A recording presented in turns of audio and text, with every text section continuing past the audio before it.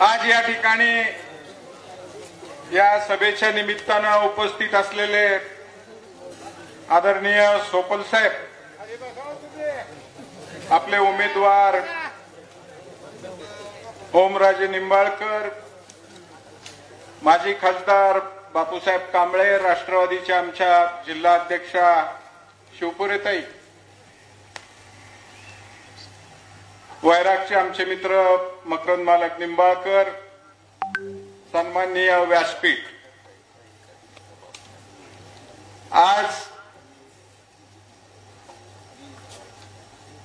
लोकसभेच्या निवडणुकीच्या निमित्तानं या आगळगाव मध्ये विठ्ठल रुक्माईचा आशीर्वाद घेऊन आपल्या नेहमीच्या परंपरेप्रमाणे नारळ उभा फुटलाय आणि विजयाची परंपरा ही तीच कायम राहणार आहे. मी जास्त वेळ काही घेणार नाही. दादांना किमान 40-50 मिनिटं तरी बोलायला लागतायत. सोपल साहेब बोलणार आहेत. दादा, या सभेच्या निमित्तानं मला एक असं सांगावंसं वाटतंय, तुम्ही आमच्या तालुक्यातल्या, सोपल साहेबांनी परवा भाषणामध्ये सांगितलं, मी तुमच्या प्रेमात पडलोय. या तालुक्यातली जनता ही तुमच्या इतक्या प्रेमात पडलेली आहे. मला वहिनींना घरी फोन करून सांगावं लागेल, रोज घरी संध्याकाळी आल्यानंतर तुमची दृष्ट काढत जावा. आज या निवडणुकीमध्ये अतिशय सुंदर असा माहोल या तालुक्यामध्ये तयार झालाय आणि त्याच्यामुळे दृष्ट काढणं हे गरजेचंच आहे. आपल्या उमेदवाराला कोणाची नजर नाही लागली पाहिजे. आज मित्रांनो, निश्चितपणानं हे हुकुमशाही पद्धतीचं सरकार गाडण्यासाठी आपण या ठिकाणी एकत्रित आलेलो आहोत. गेले अनेक वर्ष झालं आपण बघतोय सत्तेचा वापर कसा केला जातोय. चांगल्या माणसांना अडचणीत आणणं, ज्याचा काही गुन्हा नाही अशा लोकांना जेलमध्ये टाकणं, असे अनेक प्रकार तुम्ही आम्ही सगळ्यांनी आजपर्यंत बघितलेले आहेत. दुसरी गोष्ट मी अगदी थोडक्यात बोलणार आहे. 400 पारचा नारा हे 200च्या आत कधी या भारतातल्या लोकांनी आणून ठेवलाय ह्याचा त्यांना अजून पत्ता बी नाही. आज ही वस्तुस्थिती आपल्याला सगळ्या देशामध्ये पाहायला मिळते आहे आणि 400 पार ह्यांचं कशासाठी होतं हेही आपल्याला आज माहीत झालंय. त्यांना संविधान बदलायचंय. आजच मला वाटतं तिकडं दक्षिण भारतामध्ये त्या अमित शहाच्या तोंडून SC STचं जे आरक्षण आहे हे बेकायदेशीर आरक्षण आहे आणि ते आम्ही कॅन्सल करणार, अशा पद्धतीची हुकुमशाही जी त्यांच्या डोक्यामध्ये घुसलेली आहे ते आज सगळं देशातलं वातावरण बघितल्यानंतर सगळं व्हायबल झाल्यासारखं बोलायला लागलेलं आहे. आज आपल्या बार्शीत बी 2-3 दिवस झालं काहीतरी व्हायबल होऊन बोललेलं तुम्ही बघितलं असेल. हे कशाचं लक्षण आहे? ज्यावेळेस पायाखालची वाळू घसरते त्यावेळेस या अशा गोष्टी आपल्या समोर येत आहेत. आदरणीय पवार साहेबांनी या देशामध्ये कृषी मंत्री असताना अतिशय चांगल्या प्रकारचं काम केलं. मधला काळ त्यांचा तुम्ही आठवा. नेहमी बॅलन्स ठेवला. शेतकऱ्यांच्या हमी भाव असेल, अनेक समस्या असतील. आज आता मागाशी कुणीतरी म्हणलं ती कांदा निर्यात उठवली, हे जसं खोटी आश्वासनं देतात तसाच हा निश्चितपणानं आजचाही प्रकार आहे. निवडणूक तोंडावर जे कांद्याची बोंबाबोंब व्हायला लागली आणि त्यांनी तो GR काढलाय, तो अधिकृत GR नाही. त्याला ज्या काही मंजुऱ्या घ्यायच्या असतात, एक प्रक्रिया असते, ते सगळी अपूर्ण प्रक्रिया ठेवून नेहमीप्रमाणे ह्या भूलथापा दिलेल्या आहेत, तुम्हाला आश्वासन दिलेलं आहे. आचारसंहितेत तर काढता येत नाही, पण ते काढला म्हणतायत ना आता. तेही खोटच काढलेलं आहे. मग काय लोकांना सांगितलं पाहिजे. आज या ठिकाणी एकच मुद्दा आता मी घेणार आहे. मध्यंतरी मनोज जरांगे पाटलांनी मराठा समाजाच्या साठी एक महाराष्ट्रभर आंदोलन उभा केलेलं होतं. हे सांगत असताना सर्व महाराष्ट्रामधून अतिशय चांगल्या प्रकारचा त्या ठिकाणी प्रतिसाद मिळत होता. मला तुम्हाला आवर्जून सांगावंसं वाटतंय, ज्या वेळेस हा आरक्षणाचा प्रश्न चाललेला होता त्यावेळेस आपले खासदार आदरणीय ओमदादांनी संसदेमध्ये मराठा समाजाचा प्रश्न असेल, धनगर समाजाचा प्रश्न असेल, मुस्लिम समाजाचा प्रश्न असेल, लिंगायत समाजाचा प्रश्न असेल, महाराष्ट्रातले एकमेव खासदार आहेत त्यांनी तिथं आवाज उठवला. मग अशा परिस्थितीमध्ये ज्यावेळेस जरांगे पाटलांनी गावबंदी केलेली होती, पुढाऱ्यांना कुठल्याच येऊ द्यायचं नाही, समाज त्याच्या पाठीशी होता, अशातच आपल्या महोदयांचा वाढदिवस साजरा झाला बार्शीत. सगळ्या जिल्ह्यातले आमदार बोलून भाजपचे, आणि तिथं आपल्यालाच सगळं शिकवण्यात आलं मराठा समाजाने काय केलं पाहिजे. तिथं उपोषणाला लोक बसत होते, मोर्चे काढायचे म्हणत होते, त्याला विरोध कर, तिथं जाणाराला धमक्या दे. अरे ज्या समाजाने आज एवढं मोठं केलं त्याचे उपकार असे काढायचे असतात का? खऱ्या अर्थानं आज विचार करण्याची गोष्ट आहे. अनेक गोष्टी या तालुक्यामध्ये ज्यांच्या चुका नाहीत अशा लोकांना वेठीस धरण्याचं काम झालेलं आहे. आज या ठिकाणी गेल्या 2 दिवसातलं आता ती मोदी तिथं आपल्या इथंही मोदी गाडायचं आपल्याला. मला काल 2 दिवसापूर्वी आपले अनिल काका डिसले आमच्या बरोबर फिरायला लागले. खोटी केस, त्या कोरकेचे आपले चिरंजीव कपिलदादा मराठा आंदोलनात सहभाग घेतला, ट्रॅक्टर मोर्चा काढला, जरा सक्रिय झाला, त्याच्यावर गुन्हा दाखल. अरे चाललंय काय? ह्या गोष्टी सहन करायच्या का त्याला हाणून पाडायच्या? ह्या निवडणुकीच्या निमित्तानं आता तुम्हाला त्याला उत्तर द्यायचं आहे. निश्चितपणानं दादा या तालुक्यातली जनता जागी झालेली आहे आणि त्यातल्या त्यात भगवंत आणि ही आगळगावचं विठ्ठल रुक्माईचं मंदिर अतिशय जागृत आहेत. त्यांना वेळ आली घडा भरला की अनेक भल्या भल्यांना या शहरामध्ये आणि तालुक्यातल्या लोकांना जागेवर बसवलेला आहे. मला या ठिकाणी एक विनंती करायची, अधिक न बोलता, ओमदादाचं चिन्ह मशाल आहे, 2 नंबरला चिन्ह आहे, गेल्या गेल्या समोर वरनं दुसरं बटन आहे. सांगायला लोकांना सोपं आहे, जास्तीत जास्त लोकांपर्यंत आपण लोकांनी पोहोचावं. हा पहिल्या मशीनवर, 2 मशीन मध्ये पहिल्या मशीनवर फोटो दिसतोय, चिन्ह दिसतंय, नाव दिसतंय. त्याच्यामुळे मतदानाला आपल्याला ते वरून असल्यामुळे सोपं आहे. तर आपल्या जुळा मतदारसंघातले जेवढे तालुके आहेत, निश्चितपणानं आपल्या तालुक्यातनं जास्तीत जास्त लीड मिळाला पाहिजे अशी मी आपणाकडनं अपेक्षा व्यक्त करतो आणि मी माझे 2 शब्द संपवतो. या ठिकाणी आमचे राष्ट्रवादी काँग्रेसचे तालुका अध्यक्ष महेश चव्हाण यांनी ओमदादांना एक 11,000 रुपयाचा वैयक्तिक चेक या ठिकाणी दिलेला आहे. त्यांनी तो स्वीकारावा अशी मी विनंती करतो. या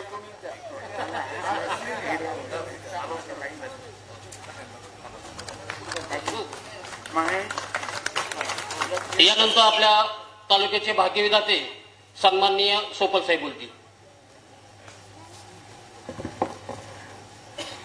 आपल्या सर्वांचे आवडते खासदार आणि लोकसभेच्या निवडणुकीतले उमेदवार सन्माननीय ओमराजे निंबाळकर, व्यासपीठावर उपस्थित असलेले राष्ट्रवादीचे नेते विश्वास भाऊ, माजी खासदार आणि बरेच दिवसांनी बापूंनी मनोगत मोकळेपणानं व्यक्त केलं असे आपले शिवाजी बापू कांबळे,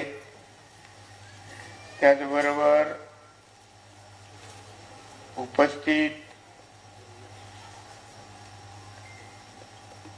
सर्वच सन्मान्य व्यासपीठ. जास्त वेळ पडला नाही, मी फिरून फिरून मला जरा टेम्परेचर आलंय आणि मी आलो नसतो तर त्याच्याबद्दल सुद्धा काहीतरी गैरसमज कोणाकडनं तर पासून तिला गेला असता. म्हणून मी सगळ्यांना सांगितलं, वकील साहेबाला, जाधव वकील साहेबाला, किंवा मी उशिरा येतो काशीद सरांना.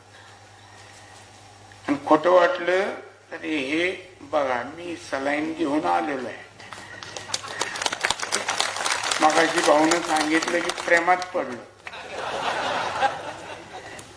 आता माझे लग्न लहानपणीच ठरलेलं असल्यामुळं माझा प्रेम प्रकरणाचा म्हणण्यापेक्षा प्रेमभंगाचा रौप्य महोत्सव झाला. सगळे एकतर्फीन परत लक्षात आहे. पण तुम्ही आहेतच तसे दादा, सगळ्यांना तुम्ही जीव लावला. 5 वर्ष फोन घेणे, कामाचे पत्र देणे, त्याचा पाठपुरावा करणे, खासदाराचं काम आम्ही पहिल्यांदाच या पद्धतीने सगळ्या बार्शीकरांनी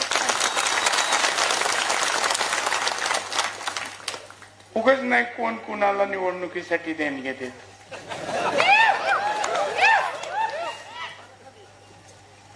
ही वेगळी पद्धत आपल्या तालुक्यात बघायला मिळाली आहे. ओमराजेमुळे एकीकडं एवढे घेऊन जा, 2 बोकडं कापा, अशी पद्धत सगळीकडे तालुक्यात चालू आहे. पण इथं उलट आहे. आणि माझं म्हणणं आहे की आपल्याला जरी बोलवलं एखाद्या वेळेस तरी जायला काही हरकत नाही. काय हरकत आहे? खा कुणाचंही मटण, दाबा मशालीचं बटन.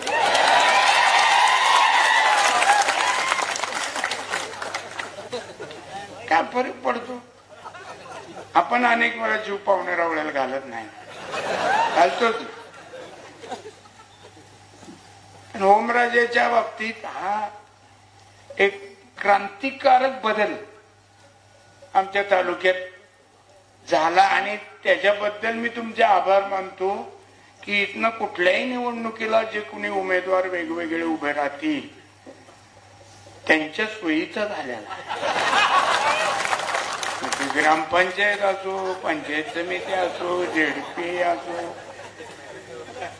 विधानसभा असो, नगरपालिका असो, खरंच आहे हो की शेवटी कार्यकर्त्याचा पिंड असलेल्या माणसाला संधी कशी मिळणार?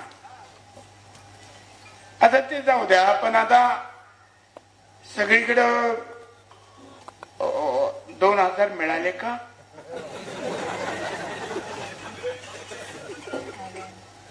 मलाही आलता 2000 मिळाले का? मी म्हणलं हो मिळाले. मग काय मत आहे? चांगलं मत आहे. आता फुकटात फोन गोड आवाजात एवढं बोलत होते. मी म्हणलं बाई तू बोलत राहा, कानाला तरी बरं.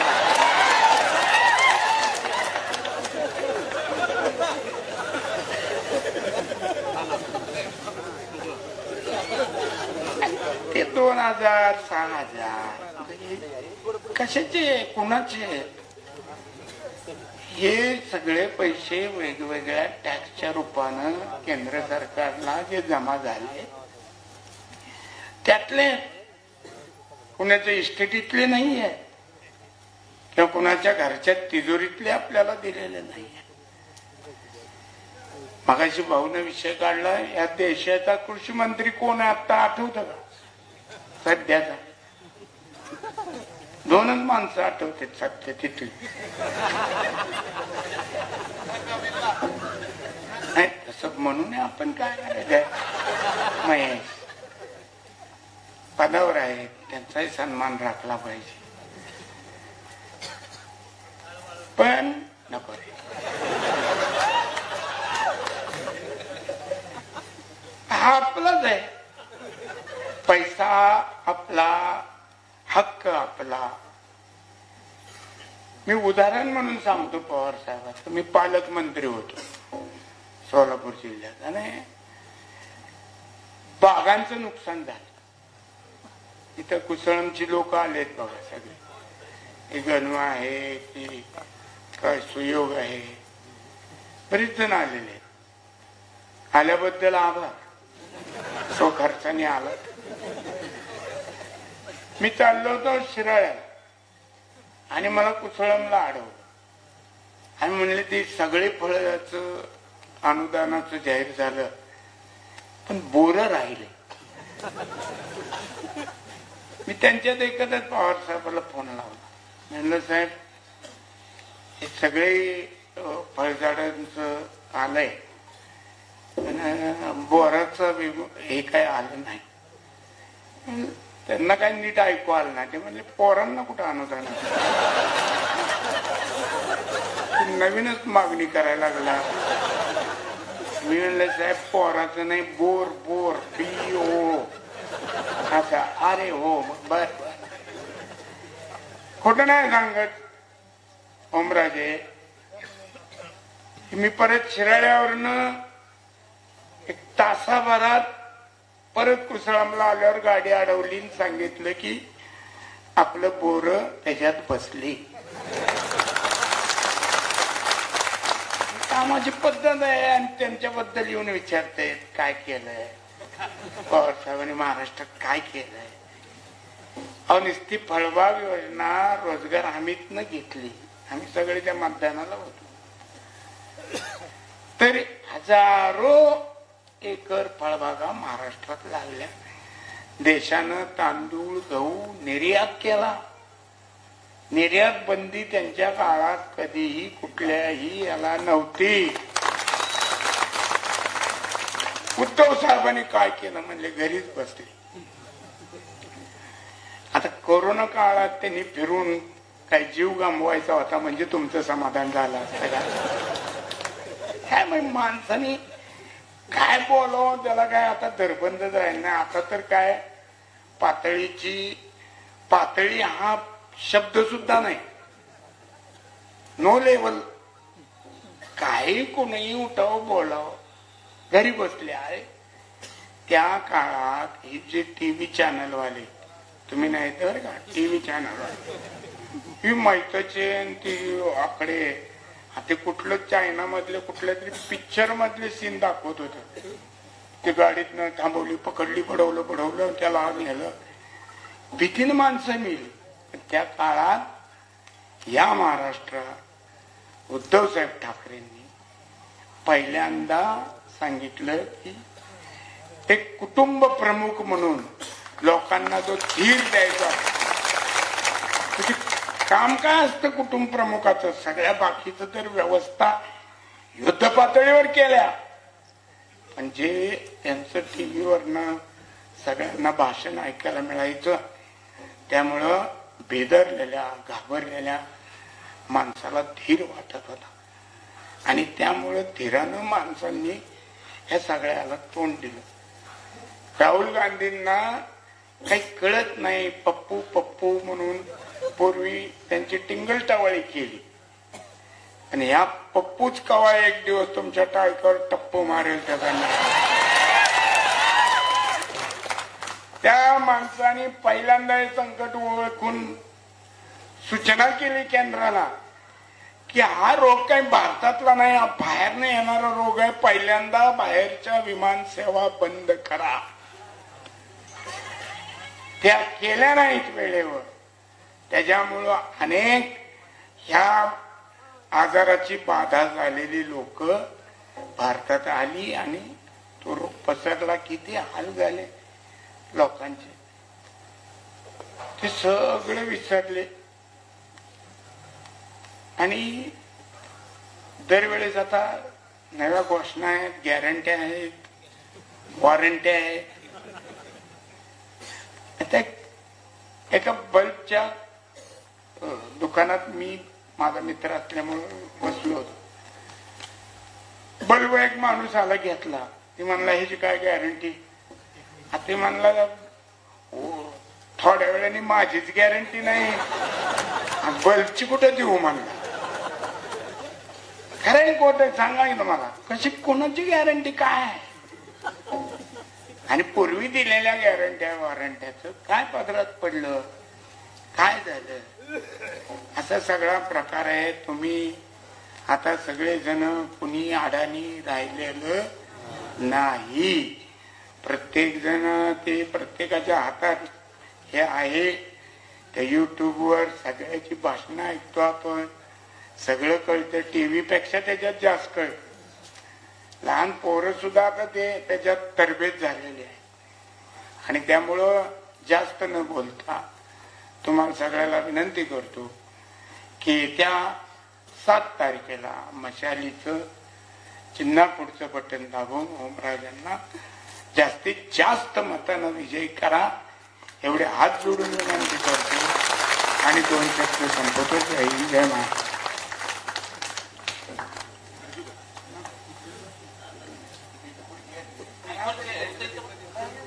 यानंतर आपले विचार दादा व्यक्त करतील.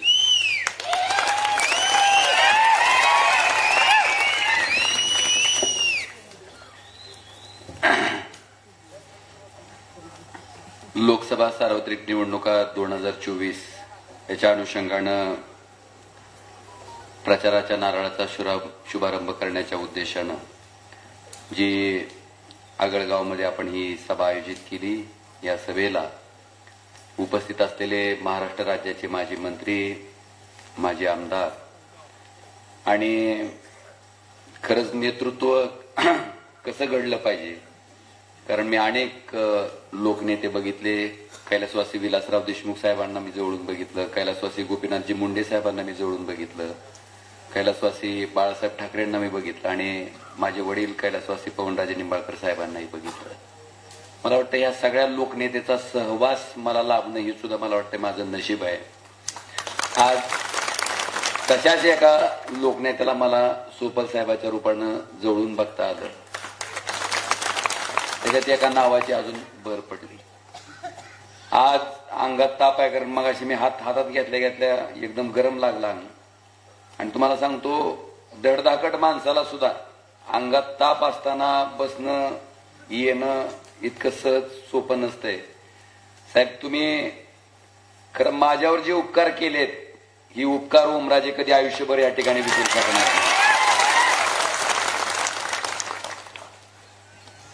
आज असे मंत्री सन्माननीय दिलीपरावजी सोपल साहेब, माजी खासदार शिवाजी बापू कांबळे साहेब, आदरणीय विश्वासभाऊ बारबोले, सन्माननीय मकरंद मालक निंबाळकर, नागेश अण्णा कलकोटे, सुवर्णाताई शिवतारे, कृष्णात बारबोले, दिनेशजी नाळे, जीवनजी आरगडे, पोपटजी उमरे, राजाभाऊ चव्हाण, किरण देशमुख, विक्रमसिंह पवार, महेश चव्हाण, सुनील जावळे, इक्बालभाई पटेल, जॉन चोप्रा, ॲडव्होकेट विकास जाधव, विकास चव्हाण, मनोज मोरे, गपाटाबा, व्यासपीठावरील सर्व मान्यवर आणि व्यासपीठाच्या समोर उपस्थित असलेले आणि एकही गाडी न देता स्वतःच्या पैशानं, स्वतःच्या मेहनतीच्या पैशानं इथं उपस्थित असलेली जनता, त्याचा आवर्जून करावं लागेल ना उल्लेख. खुर्च्या बी नाहीत. मला कळालं इथं आता नागेश अण्णांनी सांगितलं की ह्याच्या आधी बी एक सभा झाली इथं, 10 फूट मध्ये अंतर सोडले इकडे इकडे खुर्च्या टाकून 1760 गाड्या जमून माणसी ना. काय कारण असते हो साहेब? कारण एकच असतंय, माणसं दाब दपट दडपशाही करून जिंकता येत नाहीत, माणसं प्रेमानं जिंकावी लागतात. आज आपण बघतोय साहेबांनी देशातल्या परिस्थितीवर भाष्य केलं आणि साहेब म्हणते ती बरोबर आहे की मी कधी निवडणुकीत बघितलं नव्हतं की बूथला इतक्या लवकर 30-30 हजार रुपये दिलेले पहिल्यांदाच बघितलं मी. आणि गंमत अशी आहे साहेब, आता 30,000 दिलेलं आपल्याला एवढ्या लवकर कसं कळालं असेल? मी नाव सांगत नाही, पण ज्या एका पदाधिकाऱ्याला 4 बूथचे 30-30 हजार रुपये मिळाले, तुम्हाला आश्चर्य वाटेल. 4 त्रिकोण 12 1,20,000. त्या माणसानं ती 1,20,000 अधिक त्याच्यात 80,000 रुपये आणून मलाच रात्री त्या ठिकाणी धाराशिवला आणून दिले. मार म्हणली ही काय भानगड आहे? म्हणले दादा, बेईमानीनं कमवलेल्या पैशाला बेईमानी करणं सगळ्यात मोठी इमानदारी असते म्हणले. करू द्या म्हणले तेवढी तरी. आणि आज ना अण्णा इथं बघता तुम्ही, इथंच नाही, मी 11 तालुक्यात फिरतोय. 11 तालुक्यामध्ये रोज मला आता ते टाकायचं सुद्धा अवघड झालंय. प्रत्येक जण स्वतःच्या घामाचे, कष्टाचे, मेहनतीचे पैसे, की दादा ही पैसे घ्या, इमानदारीचे आमचे कष्टाचे पैसे आहेत, ही तुम्हाला यश दिल्याशिवाय त्या ठिकाणी राहणार नाही. लोकशाहीचा अर्थ काय? लोकशाहीचा अर्थच आहे की लोकांनी लोकांसाठी लोकांमधून निवडून दिलेला नेता, मला वाटतं ही लोकशाहीचा अर्थ आहे. आणि तो परिपूर्ण कुठं होत असेल तर धाराशिव लोकसभा मतदारसंघामध्ये परिपूर्ण होतो. काही नाही साहेब, 5 वर्ष, नाहीतर खासदाराचा अवघड असतं. आता बापूला सुद्धा अनुभव आहे. 5 वर्ष झालं, पुढच्या 5 वर्षांतर गेला तर झाली का आठवण? आता आला का? असते का नाही? मला वाटतं ओमराजे त्याला अपवाद आहे. कोरोनाचा काळ होता, भयंकर परिस्थिती होती, पण साहेब घरी बसलो नाही मी. लोकसभा कार्यक्षेत्रामध्ये जिथं कुठं पेशंट निघाल त्या प्रत्येक गावात ओमराजे गेला, पोहोचला, विचारलं की काय अडचण आहे, तुमच्या दैनंदिन तपासण्या होत्यात का, प्रशासन जागेवर आहे का, तुम्हाला व्हेंटिलेटर बेडची आवश्यकता आहे, तुम्हाला ऑक्सिजन बेडची आवश्यकता आहे, तुम्हाला कुठल्या औषधाची आवश्यकता आहे. जीवाचं रान केलं, रात्रीचा दिवस केला, झोपलो नाही. का तर ऑक्सिजनमुळे, व्हेंटिलेटरमुळे मरणारा माणूस सुद्धा कुणाचा तरी नवरा होता, कुणाचा तरी भाऊ होता, कुणाचा तरी पती होता, कुणाच्या तरी नात्यातला माणूस मरत होता. आणि ती एक एक जीव कसा वाचवता येईल ह्याच्यासाठी दिवस रात्र त्या ठिकाणी एकत्र केलं, फिरलो. ऑक्सिजनचे बेड कमी पडतेत लक्षात आल्यावर माझ्या मंगल कार्यालयात 100 बेडचं हॉस्पिटल चालू केलं, ज्याच्यात 50 बेडला ऑक्सिजनचा पुरवठा आपण तिथं नळ्यात टाकून फिरवून तयार केला. अनेक लोकांनी उपचार त्या ठिकाणी घेतले. आणि साहेब ही आशीर्वाद जे आहेत ना, मला वाटतं ती काम केलेले आशीर्वाद आहेत. त्या ऑक्सिजनमुळे ज्या ज्या लोकांचे जीव वाचले, उपचार झाले, मला वाटतं त्या कुटुंबानं दिलेले आशीर्वाद आहे की आज लोक मला अपेक्षा. आता बक्कळ छत्र्या उगवल्यात, पावसाळ्यात कुत्र्याच्या छत्र्या उगवल्या होती. एक जण बी नव्हतं, कोरोना आल्यावर नव्हतं, अतिवृष्टी झाल्यावर नव्हतं, विमा मिळायच्या टायमाला नव्हतं, एक जण बी नव्हतं. पण तुमच्या प्रत्येक संकटाच्या काळात तुम्ही निवडून दिलेला तुमचा ओमराजे कायम तुमच्या सोबत होता, ही मला आवर्जून सांगायचं. आज पुढची लोक बघा, आता एवढे मोठे पक्ष फोडलेत, सगळं एकत्र केलंय, अजून कॉन्फिडन्स नाही. आता इतके पैसे खर्चून मी लोक आहे का नाही म्हणल्यावर कॉन्फिडन्स कशा कपाळात येणार आहे का? काय भाषणं चाललीत, एका महिला उमेदवाराचा आपण प्रचार करतोय, एवढं तरी भान ठेवा.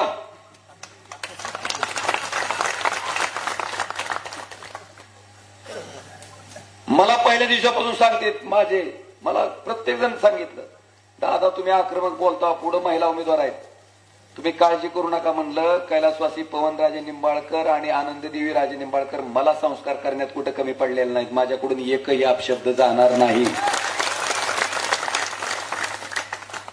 संयमानं घेतोय, शांततेनं घेतोय. घेऊ आपण संयम, शांतता गरजेची आहे. आणि ती सोपल साहेबाकडून शिकलो मी अजून जास्त. विषय असंख्य आहेत. ही लोक 40 वर्ष काय केलंय तुम्हाला माहिती आहे. आता काय मला ती भाषण रिपीट करायचं नाही. यांचा गुण तुम्हाला माहिती आहे. एक सोपं उदाहरण सांगतो. लातूर आमच्या 1983 पर्यंत धाराशिव जिल्ह्यामध्ये तालुका होता आणि 83ला लातूरची जिल्हा निर्मिती झाली. तुम्ही लातूरला कधी गेलताव का? तिथं महानगरपालिका झाली. आणि धाराशिवला कधी आलताव का? अजून नगरपालिकाच आहे झटकं खात. त्यामुळे ह्यांच्या कार्यकर्तृत्वाचं कौतुक करायची काय आवश्यक नाही. गंमत असे आहे की 40 वर्ष जिल्ह्यांना झटकं खाऊन सुद्धा अजून कुटुंबाची काय पदावर बसायची हौस काय भागली नाही. अजून लढवायचंय. आता म्हणा महिला शक्ती, महिला स्त्री शक्ती.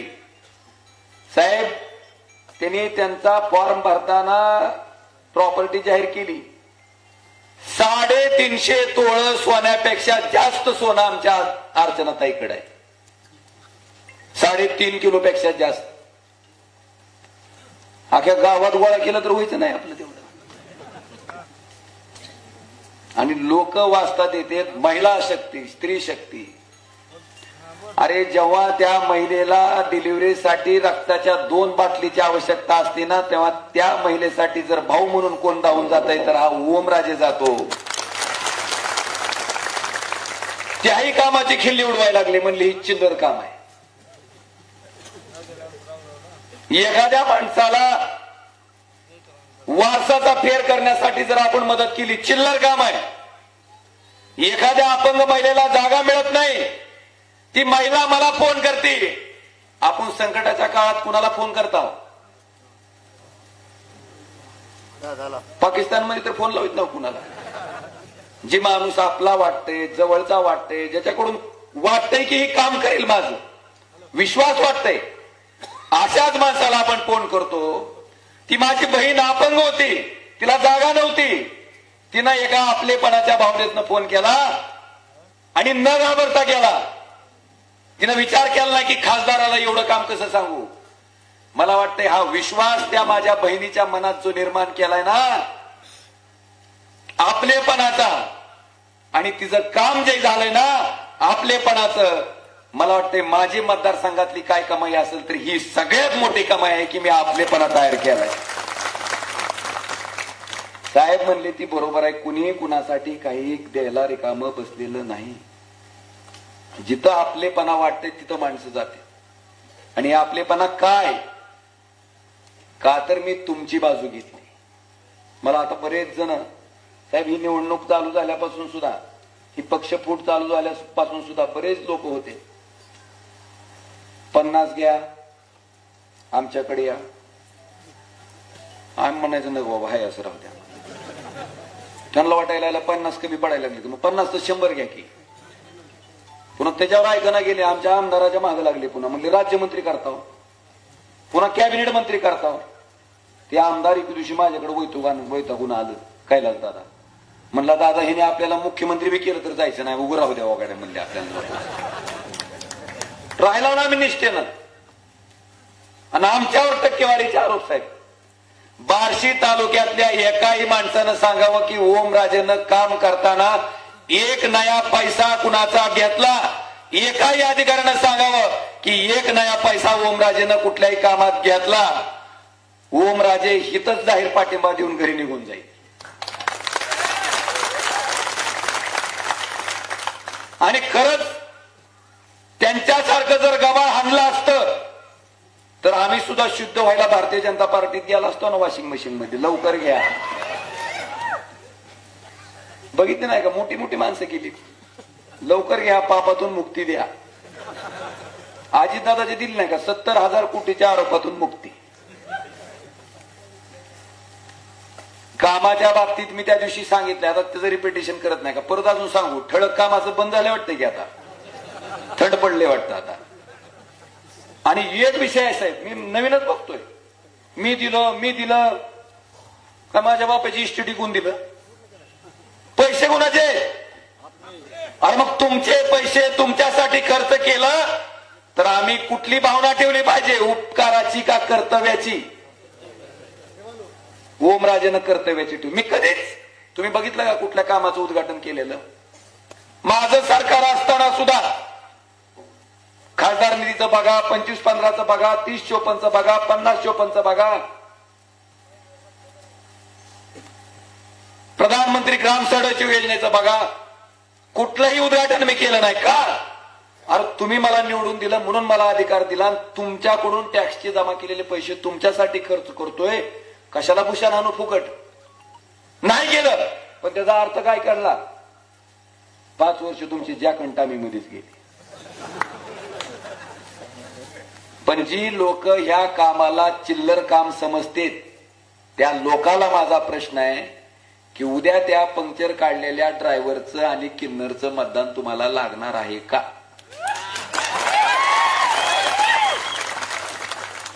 त्या अपंग महिलेला जी तुम्ही हिनवता, ही चिल्लर काम आहे, तिचं मतदान लागणार आहे का? आता पाय धुवून तीर्थ पेतेल त्यांचं आम्हाला टाक, आम्हाला टाक. मला त्या लोकांना जाहीर आवाहन करायचंय की ते चिल्लर काम आहे, म्हणजे त्यांच्या की तुम्ही माणसं चिल्लर आहेत. तुम्ही लोकशाहीच्या माध्यमातून तुमचं चिल्लर किती बंद आहे हे दाखवून द्या या लोकांना. गरज आहे काळाची. बघतोय आता एवढं करून बी भागलं नाही. आता सगळं पक्ष फोडून पालतं उताना करून काँग्रेस सुद्धा फोडले. बसवराज पाटील साहेब घेतले, मधुकरराव चव्हाण साहेबांचं पोरग घेतले, पार चांगरा चिंगरी होऊन मरायची पाळी आली तिकडे त्या भाजपमध्ये. चालूच आहे तरी बी कॉन्फिडन्स नाही. पुन्हा वाटलं 30-30 हजार रुपये बुथला दिल्यावर तरी येते काय की, तरी बी ना. मग शेवटी म्हणले आता मोदीला बोलवा गड्या, म्हणले काय कसं.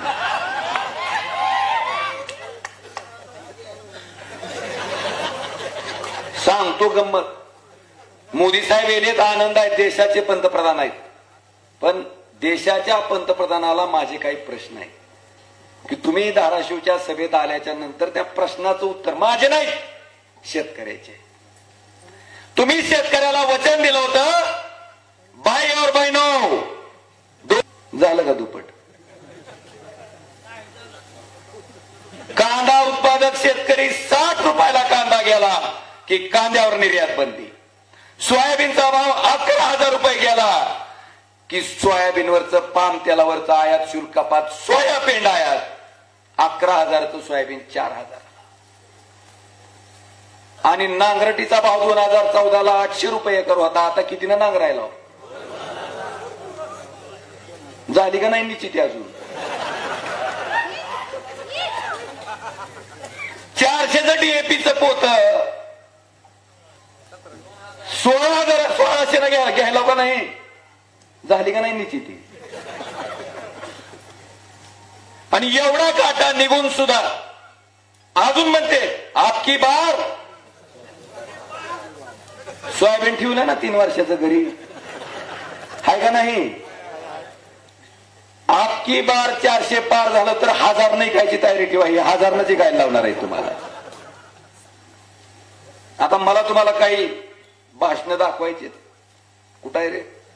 आता बघा, मी बोलत नाही, देशाचे सन्माननीय पंतप्रधान बोलत आहेत. नीट ऐका. काय शब्द काय विसरतय माणसाचं. ही बरं झालंय सोशल मीडिया, मायला राहत ह्याच्यात किती दिवस झाले. किसान भाइयों को मैं वादा करता हूं कि भारतीय जनता पार्टी की सरकार बनने के बाद पहली ही मीटिंग में पहला ही काम किसानों की कर्ज माफी का कर दिया जाएगा. और मैं खुद इस काम को करवा के रहूंगा. ये मेरी जिम्मेवारी मान लीजिए. कशी झक मारायची?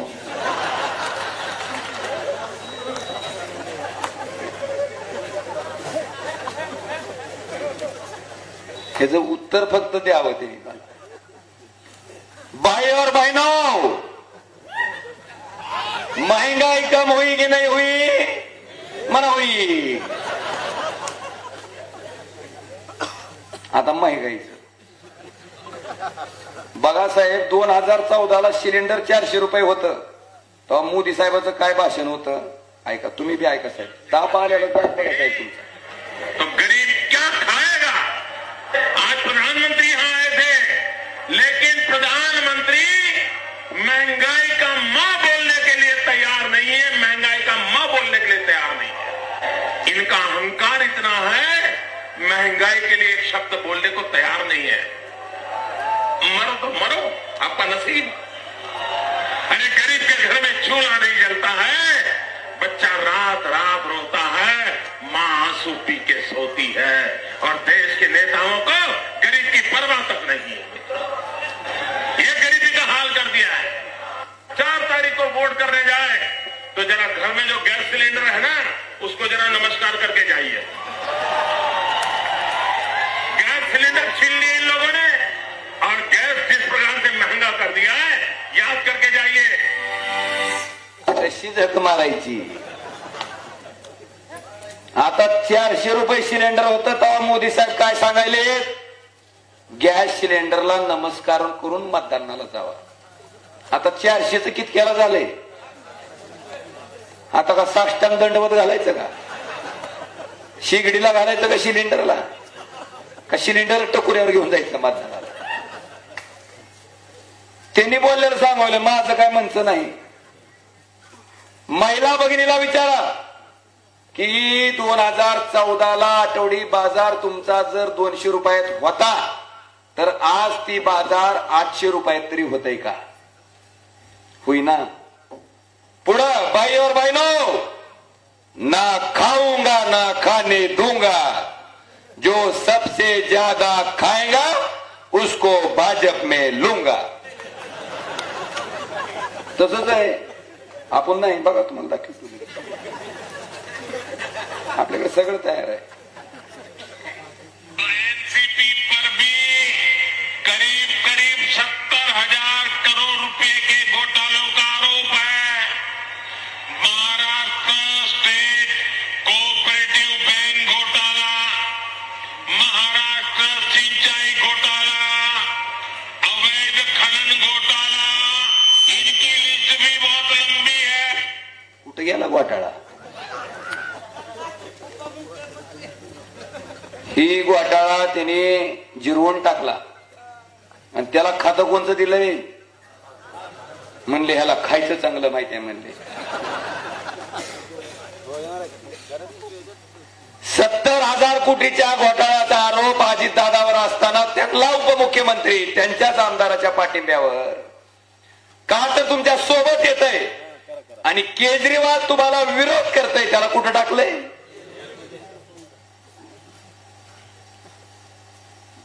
किती उदाहरणं सांगू. हसन मुश्रीफ, नवाब मलिक, प्रफुल्ल पटेल, ईडीच्या नोटीस आल्या.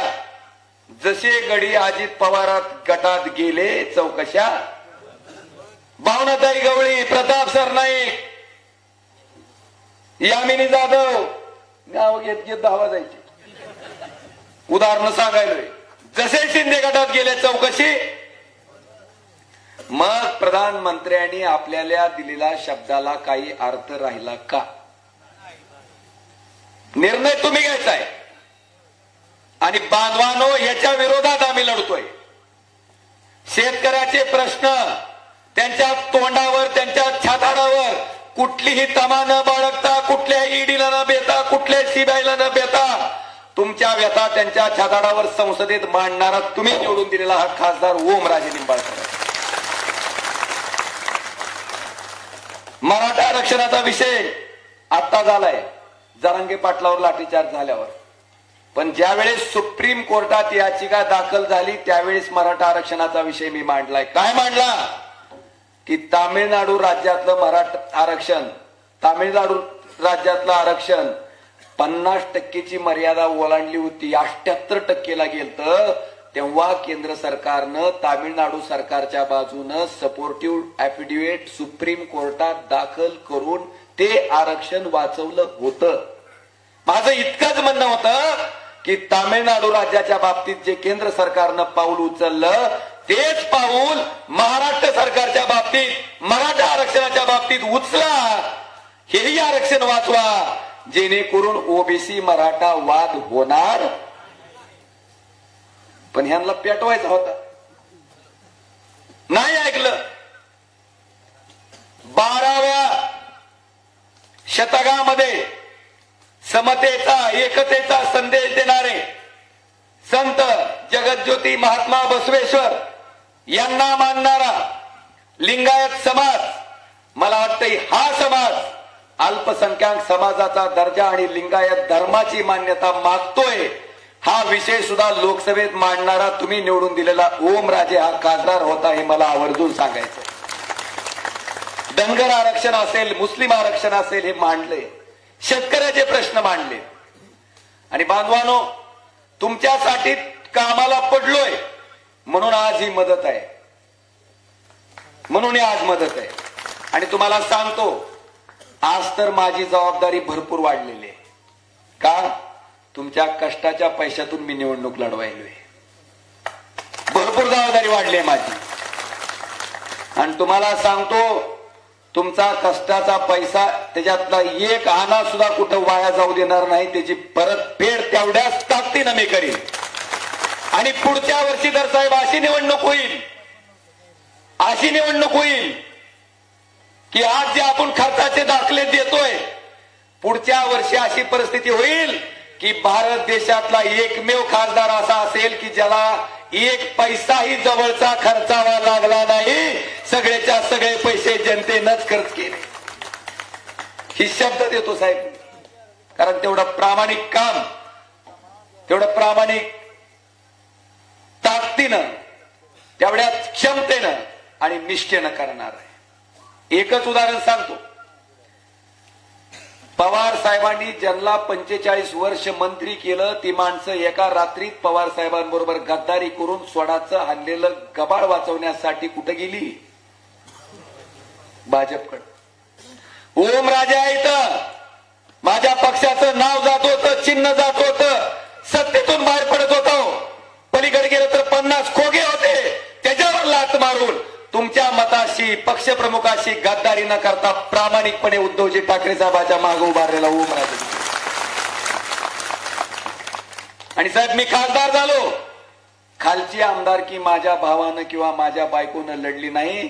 कैलास पाटील नावाच्या एका शेतकऱ्याच्या लेकरानं त्या ठिकाणून आमदारकी लढली आणि तिथून ते आमदार म्हणून निवडून आले.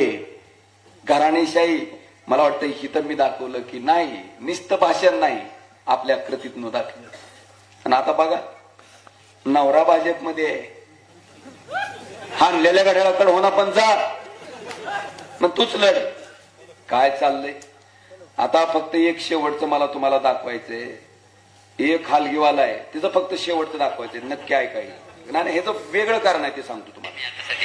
राष्ट्रवादी पक्ष कोणाचा? खंदानी पक्ष शरद पवार. त्यावेळेस खासदार कोण होणार वाटतं तुम्हाला? ध्यान वाटतं ओमराजे होणार. कोण होणार? ओमराजे. किती मतांनी? किती? कमीत कमी 2च्या पुढून येईल साहेब. बरं, आता तुम्ही आलाय कोणाच्या प्रचाराला? राष्ट्रवादीच्या. कोणती राष्ट्रवादी? ही अजित पवार गटाची राष्ट्रवादी. बरं, त्यावेळेस मग महाविकास आघाडी का? नाही नाही, आमच्याकडे इथे ओमराजे चालला पाहिजे. ओमराजे नाही, डँग नाही, ओमराजे चालणार नाही. मता नाही येणार आहे. वाघ आहे आवाजीचा साधा फोन जर केला, मोटरसायकल पंक्चर झाली तर आमचा फोन उचलता येते. मोटरसायकल मग ओमराजे चालणार आहे इथे. मग दोघं 500 रुपये हजेरीचं माणसं आणलेली. बस एवढंच मला ऐकायचं होतं. 500 रुपये हजेरी. लय गंमत आहे बघा. ह्याच्याकडे साहेब रात्री 2 लाख रुपये घेऊन गेली ती गाड्यावाली चोरलेली. त्याला काय म्हणते, ती कांबळे नावाचा माणूस आहे. 500 रुपये रोज कमी होते. म्हणले एवढी 2 लाख घे आणि मन ओमराजेनं मला पैसे देऊन असं म्हणायला लावलं होतं. काय केलं ते ना? ए म्हणला ती 500ची हलगी तुझ्या रॅलीत वाजवून आलोय, पैसे फिटले. ती 2 लाख उचल म्हणला. डॉक्टर बाबासाहेब आंबेडकरांच्या संविधानानं मत कुणाला टाकायचंय ती माझा अधिकार आहे म्हणला. माझं मत ओमराजेलाच. साहेब अभिमानाची गोष्टी आहे की 500 रुपये रोज कमवणाऱ्या माणसानं 2 लाखाला लात मारून ईडी सीबीआयला घाबरून अब्जावधी रुपये प्रॉपर्टी असणारे नेते कसे पलटी हाणायला लागलेत. थोडं ह्याचं पाय देऊन पाणी प्यारे. ही परिस्थिती आहे. 1 मिनिट राहिलाय. आपलं चिन्ह काय? चिन्ह काय? चिन्ह काय? ही चिन्ह 2 मशीन आहेत. 1 नंबरच्या मशीनवर 2 नंबरचं बटन आहे. पहिल्यांदा 2 लिहिलेलं आहे. माझं नाव लिहिलंय ओमप्रकाश भूपाल सिंह उर्फ पवन राजे निंबाळकर. ज्याला लिहिता वाता येत नाही मला तर ओळखीत आहो की. माझा फोटो आहे आणि फोटोच्या पुढे काय? मशाल. मशालीच्या पुढचं बटन दाबायचं. टुई करून आवाज येईल. जायचं नाही. व्हीव्हीपॅट मध्ये मशालीचं चिन्ह 2 नंबर पडलाय का बघायचं. ती झाला तुमच्या मतदानाचा पुरावा की मशालीचं बटन दाबल्यावर मत कुठे गेलं? मशालीला. आणि मशालीचं बटन दाबून जर भलतंच चिंतन निघालं तर ताबडतोब थांबवायचं, तक्रार करायची. मला वाटतं एवढं केलं तर मशनीत कसलाही घोटाळा होत नाही. उद्याच्या 7 तारखेला मशाल या चिन्हापुढचं बटन दाबून परत एकदा तुमचा खासदार म्हणून लोकसभेत जाण्यासाठी तुमचं एक अमूल्य मत मशालीच्या पुढचं बटन दाबून या ओमराजेला द्या ही विनंती करतो आणि थांबतो. धन्यवाद. जय हिंद. जय